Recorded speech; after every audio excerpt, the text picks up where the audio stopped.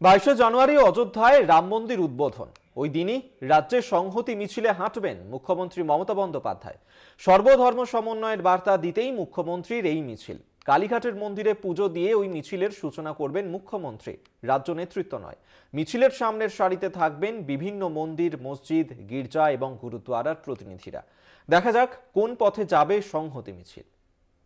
22শে জানুয়ারি কলকাতায় সর্বধর্ম সমন্বয়ের লক্ষ্যে সংহতি মিছিলে পা মেলাবেন মুখ্যমন্ত্রী মমতা বন্দ্যোপাধ্যায়।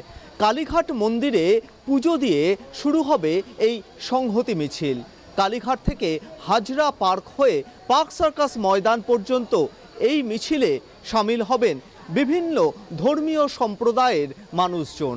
তাতে পুরোহিত, মুয়াজ্জেম, ফাদার, এমনকি গুরুদ্বারের প্রতিনিধিরাও তারাও কিন্তু সমানভাবে এই সর্বধর্ম সমন্বয়ের লক্ষ্যে সংহতি মিছিলে পা মেলাবেন। আর তার সঙ্গে থাকবেন বহু সাধারণ মানুষ। সব মিলিয়ে এই সংহতি মিছিলকে ঘিরে কালীঘাট মন্দির থেকেই শুরু হবে এক শুভ সূচনা। এছাড়া রাস্তায় যে সমস্ত ধর্মীয় স্থান রয়েছে, মন্দির রয়েছে, মসজিদ রয়েছে বা গুরুদ্বারা রয়েছে, সেই সমস্ত জায়গায় প্রার্থনা করবেন মুখ্যমন্ত্রী মমতা বন্দ্যোপাধ্যায়।